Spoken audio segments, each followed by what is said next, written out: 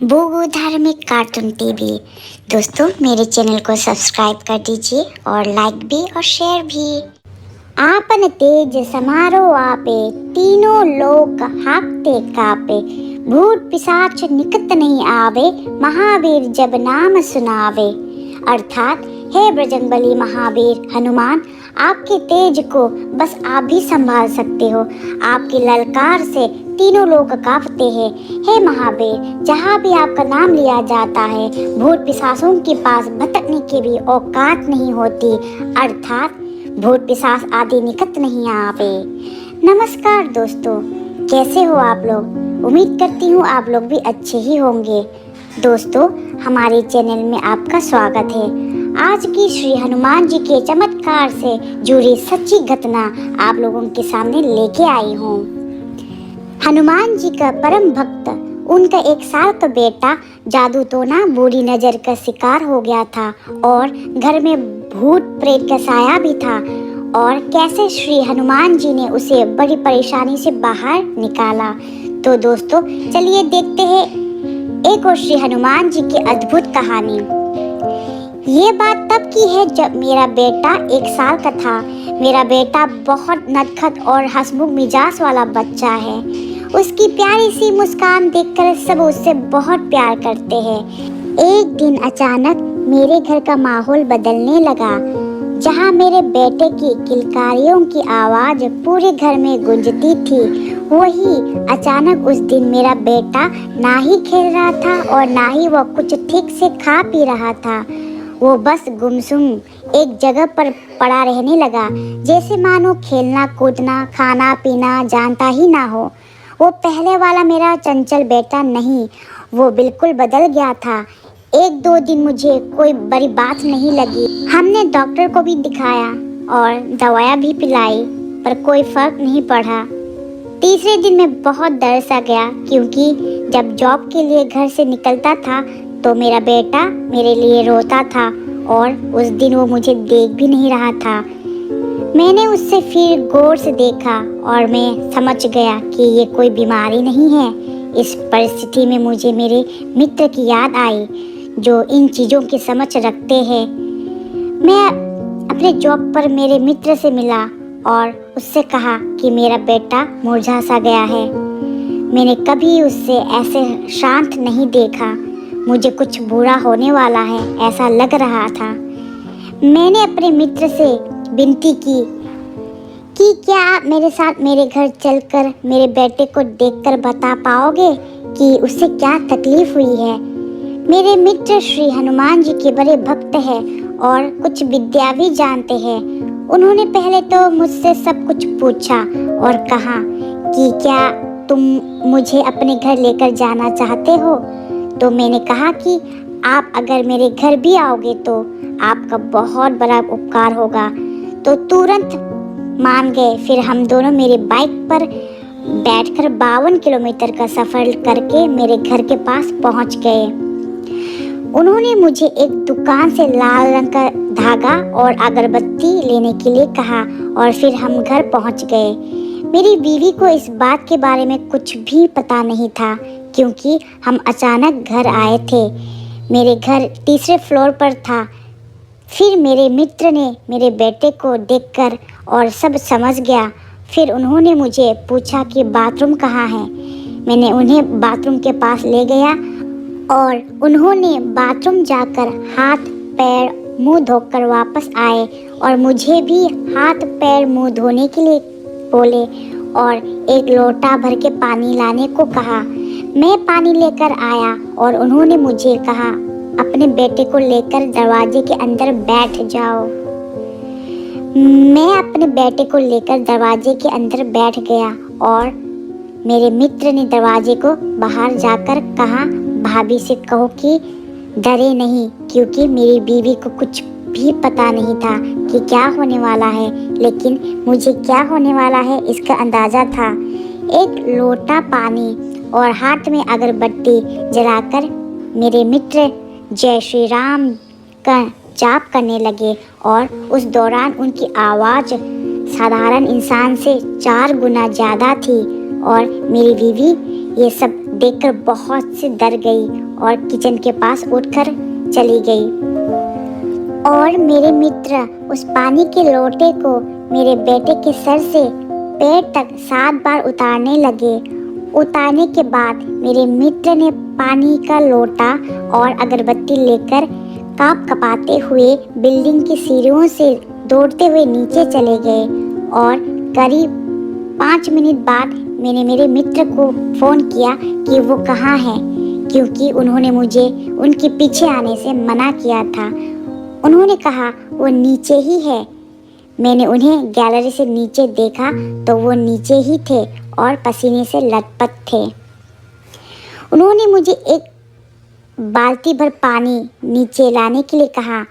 मैं पानी लेकर नीचे गया तो वो अपने हाथ पाँव धोने लगे और उन्होंने मुझे जो भी बताया उससे मुझे इतना गुस्सा आ रहा था कि मैं उन लोगों की जान ले लूं जिन लोगों ने ये सब करवाया था। मेरे मित्र ने मुझे बताया कि किसी ने मेरे बेटे पर बहुत ही शक्तिशाली क्रिया कर काला जादू कराया था, जो कि मुझे बाद में समझ आया कि वो मेरी बीवी के रिश्तेदारों ने कराया था, क्योंकि मैंने मेरी बीवी से पूछा था कि घर पर कौन कौन आया था, तो मेरी बीवी ने मुझे बताया कि उसकी दूर की रिश्तेदार 3 दिन पहले अचानक घर आए थे, जबकि वो कभी भी मेरे घर नहीं आई थी। मैं और मेरे मित्र दोनों ऊपर वापस घर आए। मेरे मित्र ने वो लाल रंग के धागे में 7 गांठ बांधने लगे और हर गांठ पर जय श्री राम, राम भक्त हनुमान दादा रक्षा करो कह रहे थे। और फिर वो लाल धागा मेरे बेटे के गले में बांध दिए और मेरे बेटे के चेहरे पर फूंक कर हंस दिए। मैंने देखा मेरे बेटे के चेहरे पर फिर से वो प्यारी सी मुस्कान वापस आ गई और वो फिर से खाने पीने भी लगा, जैसे कि वो मेरा पहले वाला चंचल हंसमुख बेटा था। और मेरे मित्र ने इतना सब कुछ हमारे लिए किया और मुझसे पैसा भी नहीं लिया। और मैंने कुछ देना चाहा तो मेरे मित्र ने कहा, मैंने ये सब लोक कल्याण के लिए किया है। अगर मैं इस काम का पैसा लूँगा तो श्री हनुमान जी मुझ पर और तुम पर नाराज़ हो जाएंगे। अगर तुम्हें कुछ देना ही है तो मंगलवार या शनिवार को श्री हनुमान जी के मंदिर जाकर 5 मोतीचूर लड्डू, जो कि श्री हनुमान जी को बहुत पसंद है, और नारियल, अगरबत्ती, सिंदूर अर्पित कर देना। श्री हनुमान जी की कृपा तुम और तुम्हारे परिवार में हमेशा बनी रहेगी। और उस लाल धागे को बच्चे के गले से कभी न निकाले। जब तक वो धागा उसके गले में है, कोई भी बुरी शक्ति उसका बाल भी बांका नहीं कर सकती। फिर मैं अपने मित्र को ट्रेन में बैठाकर घर वापस आ गया और अपने परिवार के साथ मिलकर श्री हनुमान जी के मंदिर जाकर उनका आभार प्रकट किया। 5 मोतीचूर लड्डू, सिंदूर, अगरबत्ती, नारियल अर्पण कर दिए। 3 दिन बाद एक रात को अचानक एक घटना हुई। हम सब हॉल में सोते हैं। मैंने देखा रात को करीब 3:30 बजे मेरी नींद खुली। मैंने देखा मेरा बेटा हमारे पास बिस्तर पर नहीं था। बिस्तर पर मैं और मेरी बीवी और मेरी 7 साल की बेटी ही थे। मेरा तो मानो कलेजा ही चिर गया था। मैंने मेरी बीवी को उठाया और उससे पूछने लगा कि बेटा कहाँ है। बेटे को जगह पर ना देखकर वो भी डर गई और हमने घर के सारे लाइट्स ऑन कर दी और हमने देखा कि हमारा बेटा किचन के अंधेरे में अकेला खेल रहा था, मानो कोई उसे वहाँ ले गया हो। मैंने तुरंत उसे उठाया और उसे हॉल में ले गया और सुबह तक मैं सो नहीं पाया। मेरा बेटा बार बार वापस वो किचन में ही जाना चाहता था और मैं उसे वहाँ जाने नहीं दे रहा था। दूसरे दिन मैंने अपने मित्र को जो रात को घटना हुई उसके बारे में बताया तो पहले वो हंसने लगे और बोले, बच्चा है, खेल रहा होगा, खेलने दो। तो मैंने कहा, क्या आपको ये सब अजीब नहीं लग रहा?